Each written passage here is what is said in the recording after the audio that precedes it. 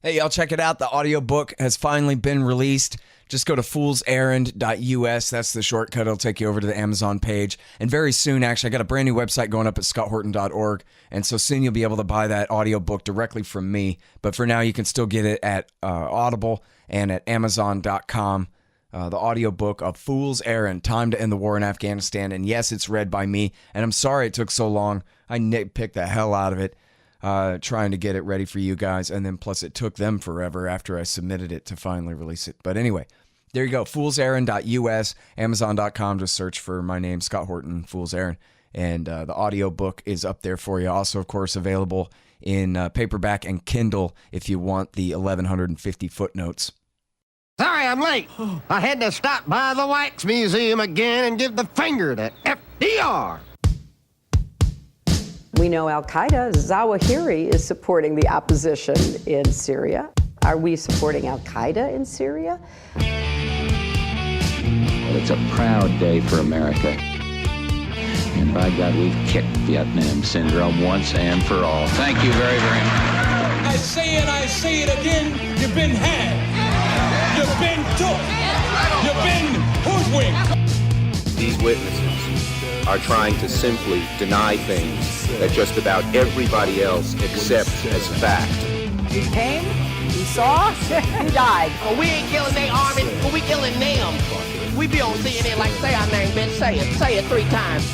The meeting of the largest armies in the history of the world. Then there's going to be an invasion. All right, you guys on the line. We got Eli Clifton from the Nation Institute, and he often writes for Jim Lobe at Loblog, Jim Lobe's blog, loblog.com. And they got an important one they wrote here. Pompeo, springtime for Irano / Islamophobes. Things, I guess, could be slightly worse, but they're not looking too good. Welcome back to the show. How you doing? I'm doing well. Thanks for having me. So, I'm reminded as I read this thing of something Anthony Gregory said back after Obama got elected about how, especially when it came to just Islam and Muslims in general, that even as George Bush slaughtered them, he sort of tamped down right-wing anti-Muslim sentiment by saying, listen, this is really kind of a very radical group that's sort of acting in the name of Islam, but just because they're getting carried away doesn't mean we should be, that kind of thing. In George W. Bush language, he said stuff sort of like that. But then once Obama came in and had a Muslim-sounding name and all this sort of innuendo about Kenya and Islam and all this stuff behind him, and really 2 of his names sounded like 2 of America's recent enemies, right? Obama and Hussein, kind of a thing. And then just politically speaking, they had every incentive to just throw the kitchen sink at the guy, the American right did. And so, as Anthony put it, that it was like taking the lid off the pot, and the right wing just got crazy and stupid about Islam and the rest of this, just brain off and slogans going full blast. And so now, the real problem is that with the incoming Trump administration, you actually have the kind of real bottom-feeding neocons like Frank Gaffney, who always really perpetuated, Geller and all these others, Spencer, not Richard Spencer, but Robert Spencer, and all these others who've specialized in pushing all this anti-Islam sentiment that you've done such a good job tracking all this time. They actually have a line apparently straight into the White House. That point of view is getting stovepiped right to the top. Is that right? Oh, absolutely. I mean, I think that probably the best example thus far to look at is actually the Muslim ban. Because when you go back and you look at the announcement or the press release regarding that for then candidate Trump on his website, there was only one actual source cited to support the idea that restricting immigration and entry into the United States from people from Muslim countries actually would serve some sort of a benefit. And that source was Frank Gaffney's Center for Security Policy and a poll they commissioned allegedly showing the violent leanings of Muslims. And that poll was conducted by Kellyanne Conway. Now, Kellyanne Conway's polling firm actually acknowledged that it was an unscientific poll that had no, that shouldn't be used for any sort of purposes like this. But I think it's important to, when we talk about the Muslim ban as, this thing that's perceived to come out of, the executive branch, and that it's this, the paranoid fantasies of Steve Bannon and Steve Miller, and we need to remember that it seems as if at least some of the ideas for it, or at least the supporting documentation that they used to justify it, came from Frank Gaffney's Center for Security Policy. And this is a guy who claimed that the missile defense logo under Barack Obama was morphing into something involving the Star and Crescent and Obama's campaign logo. So, I mean, this is some out there conspiracy theory type of people who apparently have a line straight to the top now. Yeah, well, and it's a special kind of conspiracy theorist, right? Because most conspiracy theorists represent kind of powerless people who are trying their best to figure out what power is doing to them. But this is more along the lines of like Laurie Milroy, where it's conspiracy theories that are made to cater directly to power and give them the excuses to exploit them. Well, I don't know. Wolfowitz seems to think that Saddam and Osama really are friends. So tell him, Paul, and then at the very least it muddies the waters, But then... And it's funny because I always compared Wolfowitz and Gaffney and sort of thought of Gaffney as like a much lower class neocon that maybe, the Center for Security Policy ain't no AEI or whatever. But that's actually not right. Like they really all do pal around. He really is one of them just as much as they say, although he never was confirmed to be in the Reagan administration as he always claims. That's right. And I think that certainly over the course of the George W. Bush administration and the Obama administration, there was this perceived distance between the people who, were the elites who could actually get the ear of the president and actually have a real impact on policy, and those that were considered the more fringe actors. And whether or not there actually was a distinction there, I don't. At this point, I wouldn't want to or wouldn't be able to say.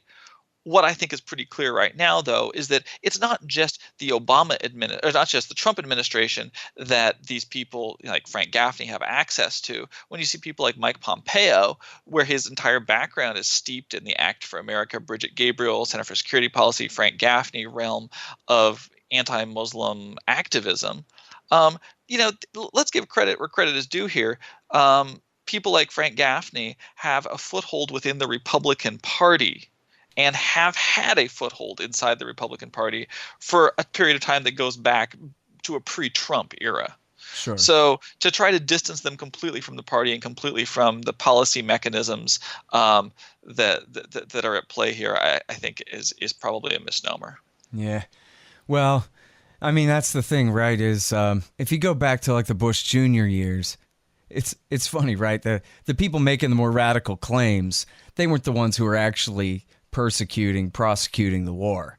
But the neocons inside the administration, like Stephen Hadley or Paul Wolfowitz, were seen to be sort of grown-ups, AEI and PNAC, compared to sort of Michael Ledeen and Frank Gaffney. Well, Ledeen was at AEI too, I guess, yeah. But you know what I mean? Where Gaffney and Ledeen were like, even their friends roll their eyes at him sometimes, but the rest of these guys sort of, they meant business too. The guys who were more serious were the ones who actually got the wars done and the people killed. So, yeah, and in all fairness here, and I don't mean this as a compliment, but certainly people who fit into the neoconservative mold, people like Max Boot, people like David Frum, people like Jennifer Rubin at the Washington Post have, expressed their discomfort with this, frankly, because I think that they see that in the long run, their ability to promote and to help sell a American foreign policy that hinges on hawkishness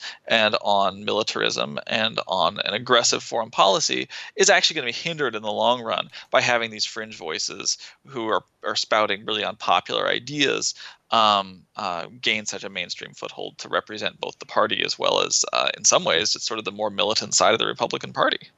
All right, y'all, real quick, here's how to support this show. First of all, buy my book, Fool's Errand. It's at foolserrand.us, and the audiobook is now available as well. Sign up for the show feeds, iTunes, Stitcher, and RSS, this, that, and everything. It's all at scotthorton.org. And also, you can subscribe at youtube.com/Scott Horton Show. The full archive, 4,600 interviews, all available for you on YouTube as well now. And then check out scotthorton.org/donate. For $20, you'll be able to get the audiobook here very soon from there. Also, $50 if you want a signed copy of the book Fool's Errand in the paperback. $100 you get a QR code silver commodity disc, and anyone who donates $200 or more gets a lifetime subscription to Listen and Think libertarian audiobooks.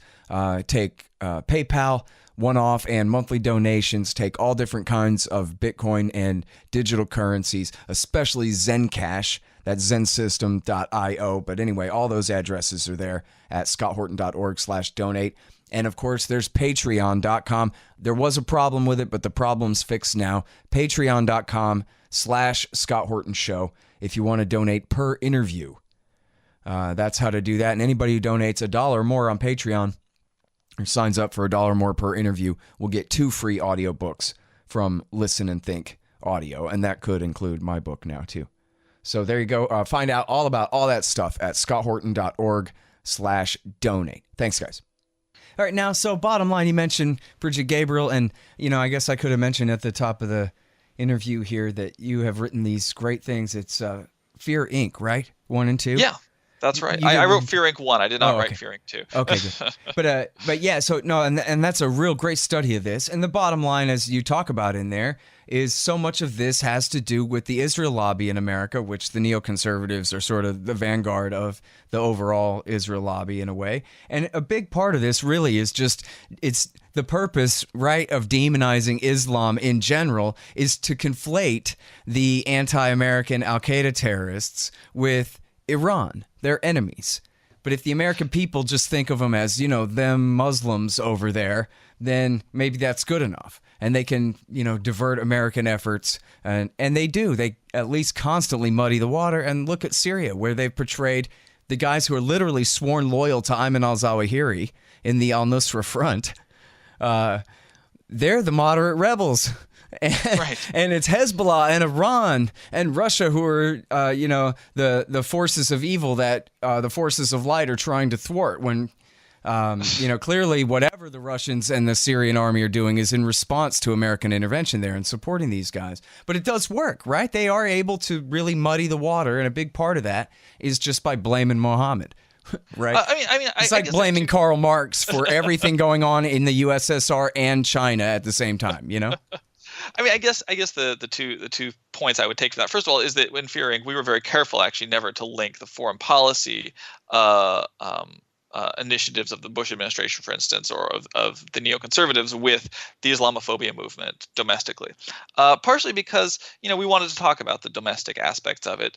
And also because I think, as you just started to hit upon, you have to kind of speculate to suggest where those link up. Between the domestic demonization of Muslims and a foreign policy that hinges in many cases on dropping bombs on Muslim countries. Now, I think with a group like the Center for Security Policy that we've been talking about, that's actually a great example of where those come together, because CSP actually pretty actively advocates for both of those things, for extreme hawkishness in the Middle East, and at least in as much as an aggressive posture toward Iran constitutes that. And they're pushing, an agenda at home saying that every single Muslim American organization is in cahoots with the Muslim Brotherhood and should be outlawed. Mm-hmm. So, I think that you certainly can make that case that linking occurred.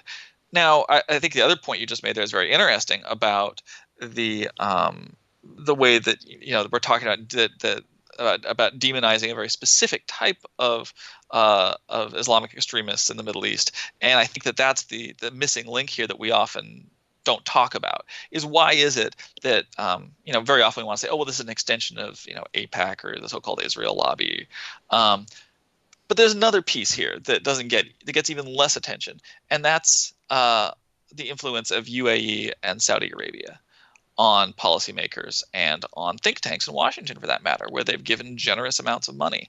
And I think that probably also offers some explanatory power in exactly what you're talking about why are we fixated on the reach of Hezbollah and the proxy arms of the IRGC and of Iran, and why aren't we talking about Wahhabist extremism?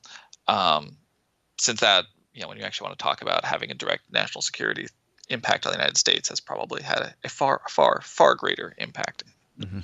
Well, and we fought Iraq War II and Iraq War III on behalf of the Iran-backed Shia forces too. So it seems like we owe them at least honesty about who has enhanced the Iranians' power and influence in the region around here. It's everybody who hates them the most. Right, exactly.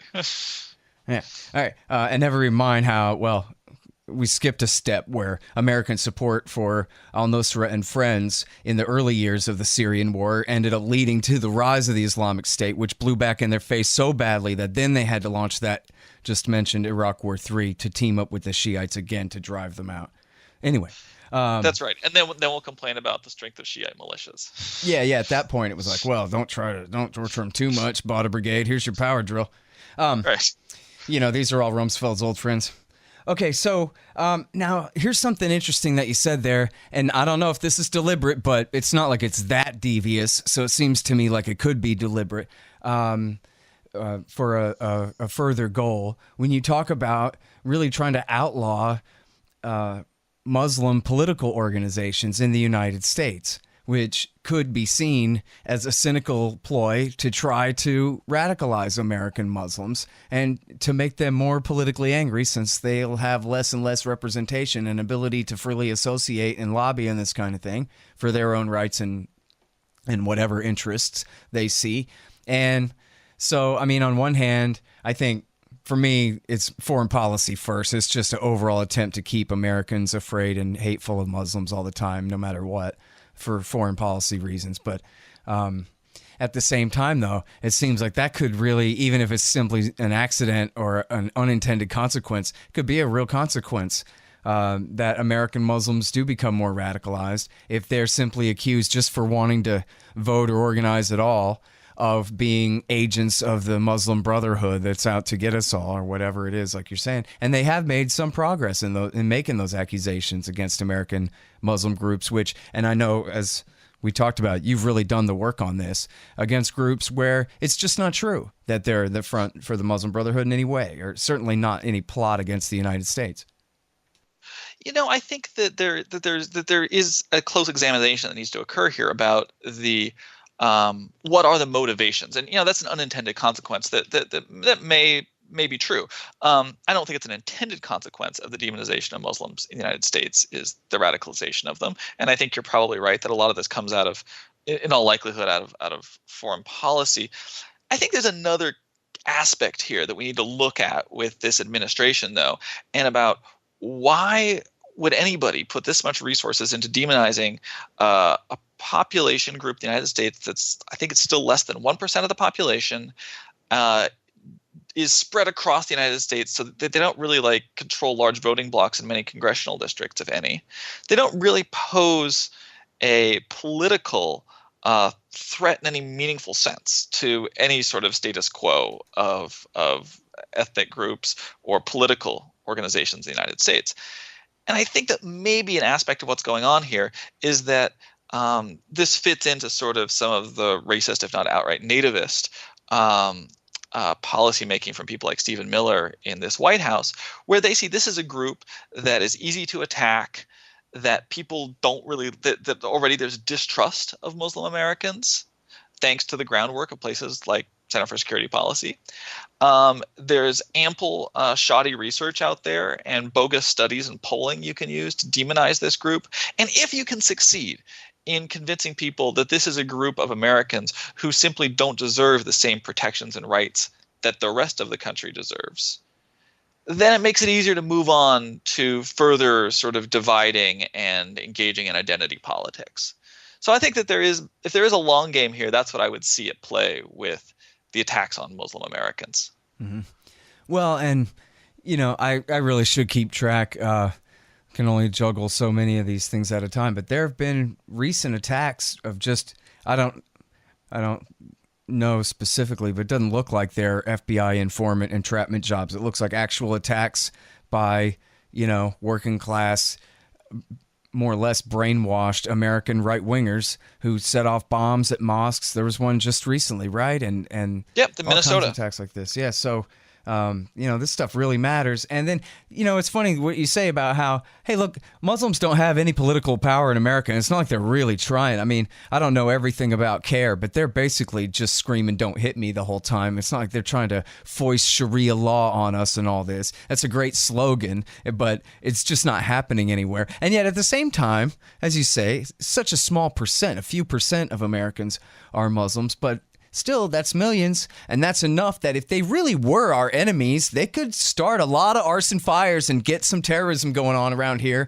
and fight, but they don't. All they do is go to work every day and send their kids to government school with everybody else every day. And so it's amazing that they try to push this stuff when if anybody ever goes outside instead of just sitting on Twitter all day, talk about myself there, then, this is nonsense, right? Like, even if you live out in the sticks, there's a mosque, and they get along with everybody.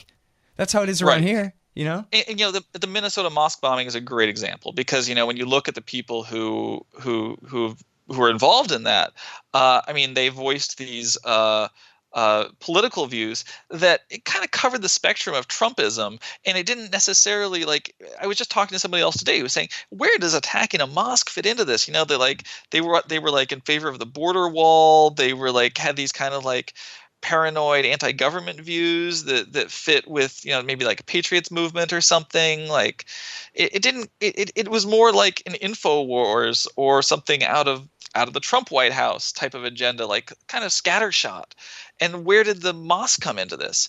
And that's where I think you have to start asking the questions of where does this ideology, this nativism, this racism, this demonization of minorities, this is where the rubber hits the road. This is somebody who didn't have the Minnesota mosque bombing. This is somebody who didn't necessarily have a broad, long history of espousing anti-Muslim views, but attacking a mosque was one thing he could do. Yeah, that fit with a broader agenda that was broader than just attacking Muslims, I think. Yeah. Well, the idea is that they'll want to pack up and move away because they don't want them here, kind of thing. But, And they is a little broader than just Muslims. Yeah, well, that's certainly true, too. And a lot of times, of course, and these are the ones that always make the news, as though being Muslim actually is, you're somewhat guilty. But if you're a Sikh, then it's like, another Sikh was mistaken for a Muslim and attacked. All right, you guys, here's who supports this show. First of all, the great Mike Swanson. He wrote this incredible book called The War State, about the rise of the permanent military-industrial complex and the new right after World War II. It's a really important history. I think you'll really like it. It's The War State. It's on Amazon.com and thewarstate.com. And also, he gives great investment advice if you have any money to invest at wallstreetwindow.com. wallstreetwindow.com for all the financial news and the great advice from Mike Swanson. And when you follow his advice, I know he recommends that you keep at least some of your savings in metals. And what you'll want to do then is go to Roberts & Roberts Brokerage Inc. That's rrbi.co. rrbi.co. And platinum, palladium, gold, and silver, of course, as well. They take the slightest commission and provide great service. And if you buy with Bitcoin, there is no service fee at all. That's rrbi.co for all your precious metals. And then, of course, Zencash. It's a new digital currency, but it's also an encrypted messaging app and file transfer app. And you can learn all about it at zensystem.io. That's zensystem.io for Zencash. And then libertystickers.com got a brand new website. In fact, just don't even go to the current website. Wait like 15 minutes and then go. We've got a brand new website going up there for libertystickers.com. It'll be up sometime next week. And I finally got Illustrator again, so we're going to be getting some new stickers up there. Lots of good anti-government propaganda for you there at libertystickers.com. And listen, if you want a new website, a 2018 model website, you got to keep up with the times for your business or whatever it is you're doing. What you do is go to expanddesigns.com/Scott and you'll save $500.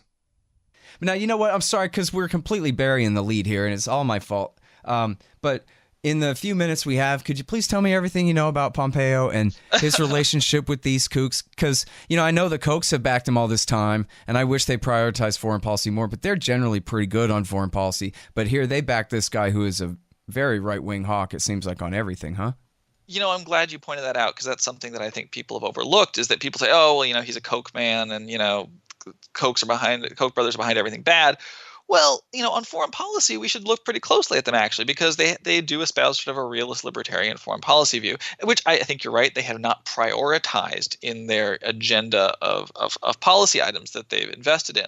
But Pompeo, considering that he's from Kansas and has been, supported, the Coke Industries is his number one source of campaign contributions, really hasn't reflected that aspect of their agenda at all. He's been palling around with people like Frank Gaffney and Bridget Gabriel of Act for America for years now, pretty much since he was elected to Congress. But and we can talk about the Islamophobic things he said in conjunction with that. But I actually think there's something that's being overlooked a little bit with Pompeo that I do want to call attention to, which is the fact that, these ideas that he has, it's not just about demonizing Muslims. There's something else going on. And I've gone and I've looked at videos of him speaking at churches in Wichita, and it's very much in the context of a holy war between Christianity and Islam. And there's at least two examples of this where he kind of spells it out. In one, at a 2014 church group he was speaking to, he said, this threat to America is from a minority of Muslims who deeply believe that Islam is the way and the light and the only answer. They abhor Christians and will continue to press against us until we make sure that we pray and stand and fight and make sure that we know that Jesus Christ is our Savior is truly the only solution for our world. Which is kind of interesting, because he's willing to talk in a more moderate way, saying we're talking about a minority of Muslims here. But then on the other side, this is a Christian holy war. And then another example in 2015 that I found, again, this one speaking to an evangelical church, he talked about attending an Easter sunrise service in Baghdad with U.S. soldiers, some of whom are from Fort Riley in Kansas. And he said it was the most amazing moment. These young men and women had been there a long time. We got a chance to pray. The sun came up, and we were in the middle of this ancient Christian place where our fellow followers are being tortured and beheaded and made to scatter from traditional Christian homes. But we were able to pray that day. We were able to pray that we knew Jesus Christ was our Savior. So I think there's something really worth noting here, that even when he's willing to talk in more moderate ways about Islamic extremism and about Islamic terrorism and radicals who are a small minority in that religion, and sometimes he talks more broadly in far more negative, stereotypical ways about Muslims. But he knows how to dial that back. But on the other side, he does talk about there being a Christian holy war effectively against Islam. And that's pretty scary that this guy's about to take over the State Department. Man, and it's funny because you would think that if they're going to go with that the Bible says that now is the time for Christian North America to go and occupy and wage war against Muslims, that it could have been more specific. I mean, we got Muslim-dominated countries from at least half of Nigeria all the way to the Philippines, right? So,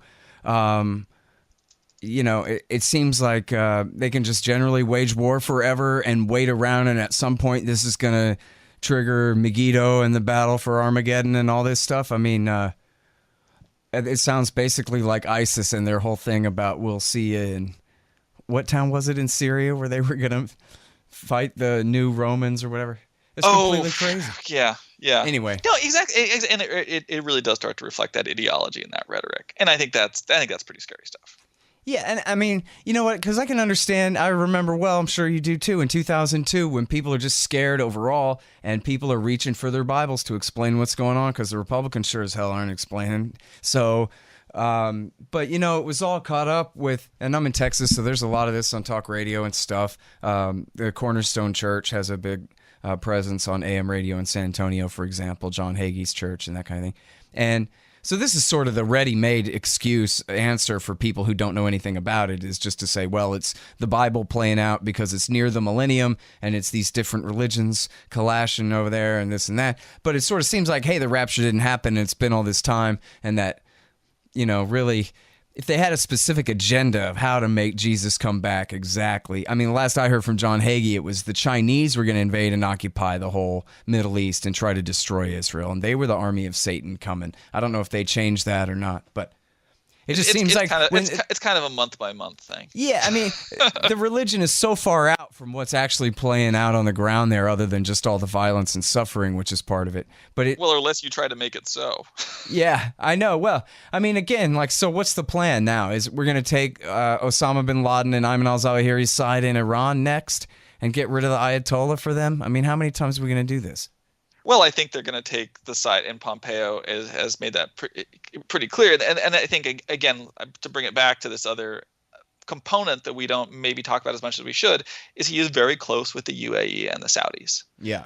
And they, I think, are becoming a more visible foreign policy influence on the United States than they were in the past. They were influential in the past, but I think we're only starting to realize now how they are influential and the methods through which they leverage that power. Yeah. Well, we got to hope he's simply corrupt and cynical and doesn't believe all this end of the world stuff, right? That would be ideal. Yeah. Boy, I hope he can be bribed. Otherwise, we're in real trouble. Okay. Listen, you do great work. As always, I appreciate your time. Thanks, Eli. Thanks so much for having me. All right, you guys, that's Eli Clifton. He's at the Nation Institute, and he writes with our great friend Jim Lobe over at the Lobe blog, like your earlobe, lobeblog.com. And this one, we're running it at antiwar.com, too. You can find it. Pompeo, springtime for Irano / Islamophobes. And you know me, scotthorton.org, foolserrand.us. The audiobook is out. Go and buy it. Also, antiwar.com, libertarianinstitute.org, and follow me on Twitter at Scott Horton Show. Thanks, guys.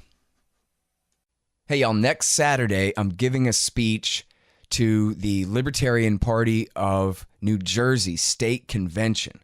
And this is at the University Inn on the campus of Rutgers University in New Brunswick. And so I'm not exactly sure what time I go on, but it's in the afternoon of next Saturday, March the 24th, in New Brunswick, New Jersey there at Rutgers University. So check it all out at njlp.org.